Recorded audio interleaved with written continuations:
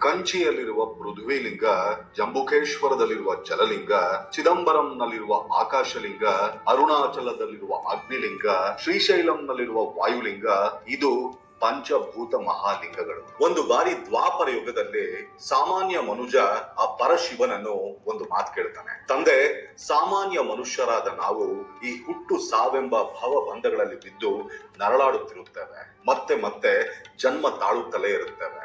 ಬರಲಿರುವುದು ಕಲಿಯುಗ.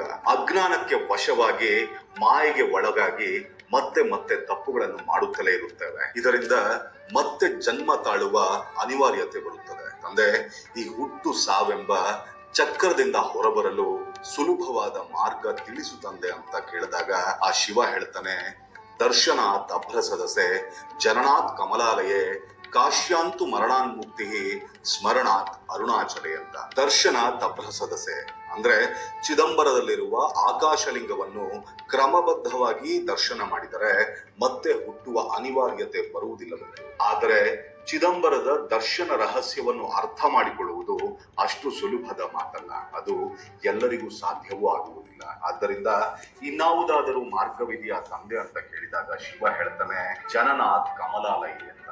ಅಂದ್ರೆ ಕಮಲಾಲಯದಲ್ಲಿ ಜನಿಸಿದರೆ ಮುಕ್ತಿ ಕೊಡುತ್ತೇನೆ ಎಂದು. ಇಲ್ಲಿ ಕಮಲಾಲಯ ಅಂದ್ರೆ ತಿರುವಾಗುವುದು. ಆದ್ರೆ ಜನನ ನಮ್ಮ ಕೈಯಲ್ಲಿ ಇಲ್ಲವಲ್ಲ ಸ್ವಾಮಿ ಎಂದಾಗ ಶಿವ ಹೇಳ್ತಾನೆ, ಕಾಶ್ಯ ಅಂತೂ ಮರಣಾನ್ ಮುಕ್ತಿ. ಜನನ ನಮ್ಮ ಕೈಯಲ್ಲಿಲ್ಲ ಸರಿ, ಆದ್ರೆ ಮರಣ ಒಂದು ದಿವಸ ಬಂದೇ ಬರುತ್ತದೆಯಲ್ಲವೇ. ಆದ್ದರಿಂದ ನಿಮ್ಮ ಕರ್ತವ್ಯಗಳನ್ನೆಲ್ಲ ಮುಗಿಸಿ ಸಂಸಾರ ಜವಾಬ್ದಾರಿಗಳೆಲ್ಲ ಮುಗಿದ ನಂತರ ಕಾಶಿಗೆ ಪ್ರಯಾಣ ಮಾಡಿ ಅಲ್ಲಿ ಜೀವನ ಮಾಡಿ ನಿಮ್ಮ ದೇಹ ತ್ಯಾಗ ಮಾಡಿದರೆ ಮುಕ್ತಿ ಕೊಡುತ್ತಾನೆ ಅಂತ ಹೇಳ್ತಾನೆ ಶಿವ. ಆದರೆ ಸ್ವಾಮಿ, ಸಂಸಾರ ಬಂಧಗಳನ್ನೆಲ್ಲ ಬಿಡುವುದು ಅಷ್ಟು ಸುಲಭವಲ್ಲ ನಮ್ಮಂತ ಸಾಮಾನ್ಯರಿಗೆ. ಒಂದು ವೇಳೆ ಹಾಗೆ ಎಲ್ಲ ಬಿಟ್ಟು ಕಾಶಿಗೆ ಪ್ರಯಾಣ ಮಾಡುವಷ್ಟರಲ್ಲಿ ಈ ದೇಹ ಜಾರಿದರೆ ನಾನೇನು ಮಾಡಲಿ ಸ್ವಾಮಿ ಎಂದು ಕೇಳಿದಾಗ ಕಡೆಗೆ ಶಿವ ಹೇಳ್ತಾನೆ, ಸ್ಮರಣ ಅರುಣಾಚಲೆ ಅಂತ. ಅಂದ್ರೆ ಹಾಗೂ ಅಲ್ಲಿ ನೆಲೆಸಿರುವ ಅರುಣಾಚಲೇಶ್ವರ. ಸ್ನೇಹಿತರೆ,